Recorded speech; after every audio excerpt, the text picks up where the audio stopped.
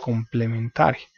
Con esto hemos terminado el análisis para la variable de entrada, y para la variable de salida simplemente una vez se haya realizado la simulación, pues bastará con revisar el análisis que hemos hecho, y las primeras 4 preguntas tendrán que ver con la estadística descriptiva, donde nos están haciendo preguntas acerca de la media, la desviación estándar, el mínimo y el máximo. Son exactamente las mismas preguntas que nos hicimos para la variable de entrada. Aquí estamos hablando de la media, aquí la desviación estándar, el mínimo, la tercera pregunta, y el máximo como tal. Igual nos piden analizar el gráfico de dispersión para saber si hay una linealidad o no. En este caso, la dispersión del flujo de caja libre, pues visualmente se identifica que no hay un comportamiento lineal de los datos. La sexta pregunta nos habla de las variables que mayor se presentan. Pues en este caso analizamos nuevamente la distribución de probabilidades para el flujo de caja libre. Vemos que el máximo es 5, es un evento que se ha presentado 5 veces. Fácilmente lo podemos identificar aquí en la tabla dinámica. Simplemente es buscar el valor que se haya presentado unas 5 veces o 5 veces exactamente en el total, para efectos de relacionarlo en la pregunta. Pues, visualmente lo podemos hacer, o a través de una técnica de buscado, para que lo hemos encontrado. Este es el evento que mayor se ha presentado. Desde el punto de vista de la construcción de la tabla dinámica, si revisamos la distribución de frecuencias, vemos pues que el límite donde más se agrupan los datos, pues es el límite, el intervalo, perdón, comprendido entre el límite inferior de 3.471.654 y 2.924.000.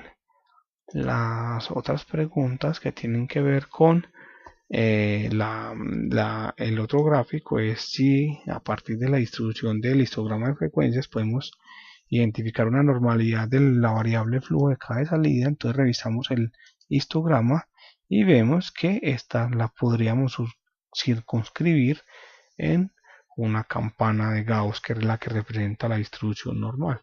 Ahora, si uno quisiera pues analizar esto en más detalle, pues tendría que hacer unas pruebas estadísticas adicionales para efectivamente comprobar esto, pero por ahora podríamos decir tranquilamente que gracias a este comportamiento gráfico, esta distribución podría parecerse a una distribución normal.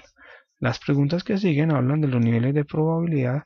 Estos 3 niveles de probabilidad pues naturalmente están siendo calculados con la tabla dinámica, en la cual por ejemplo un evento cualquiera pues se puede analizar desde el punto de vista de su probabilidad, la probabilidad asociada al evento. En este caso vamos a analizar este evento que se ha resaltado. Este es un evento en el cual la probabilidad del evento es del 0.2%, la probabilidad de que el evento flujo de caja libre sea menor o igual a 15.256 es del 91.30, y la probabilidad de que el evento sea mayor que 15.256 es del 8.70. Estas son las 3 preguntas.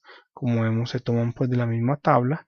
Y la pregunta número 12, la pregunta número 10 habla de que si hay un supuesto de normalidad en la variable de salida, ¿cuál sería la probabilidad de que la variable sea menor o igual a un nivel determinado? Pues en este caso fue cuando utilizamos la distribución normal, cuando hicimos los comparativos entre la distribución empírica y la distribución normal. En este caso vimos que no había una diferencia significativa, y si decimos que la probabilidad de que el flujo de caja libre sea menor o igual a 0 sería del 93.54% si asumimos normalidad. Esa sería la respuesta para esta pregunta, este 94.54%. Y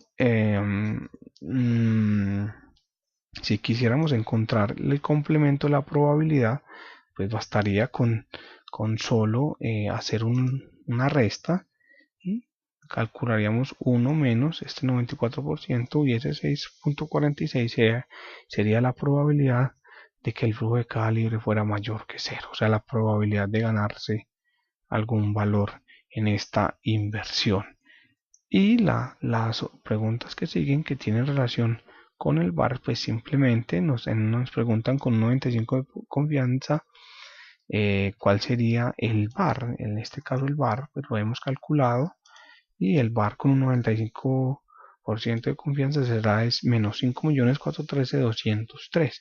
Ahora, cuando nos preguntan acerca del el VAR con respecto al valor medio, pues diríamos que es del 102%. Ahora bien, las interacciones que se piden entre variables de entrada y variables de salida no es más que evaluar el modelo en función de lo que se está pidiendo.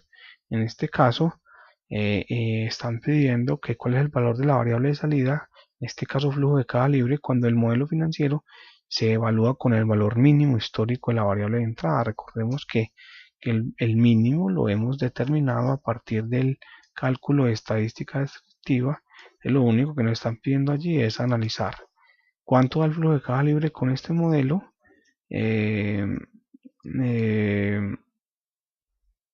eh, cuánto da el flujo de caja libre cuando se analiza con el modelo, con el mínimo del IGBC,